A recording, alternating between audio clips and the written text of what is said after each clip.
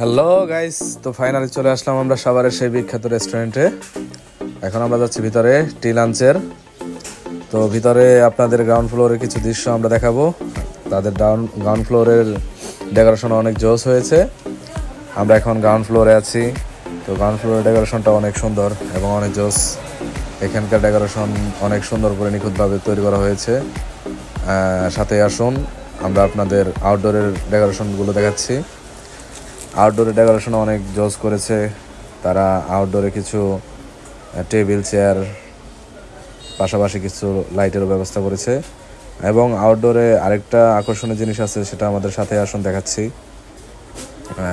আর সেটা হচ্ছে এই অনাকাঙ্ক্ষিত ঝর্ণা, যে ঝর্ণাটা পাহাড় ছাড়াই এখানে সাভারে তৈরি করা হয়েছে।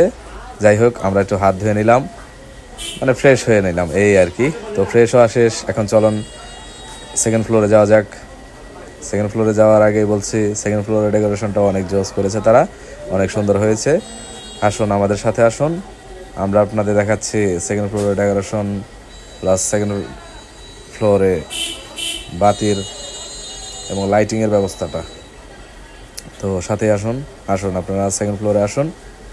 এখানে চমৎকার লাইটিংয়ের ব্যবস্থা করা হয়েছে, আপনারা দেখতেই পারছেন। সেকেন্ড ফ্লোরে লাইটিং অসাধারণ করেছে। তো সেকেন্ড ফ্লোরের চাইতে থার্ড ফ্লোর আরও লাইটিং জোস। তো আসেন, আমরা আপনাদেরকে থার্ড ফ্লোরে দেখাচ্ছি।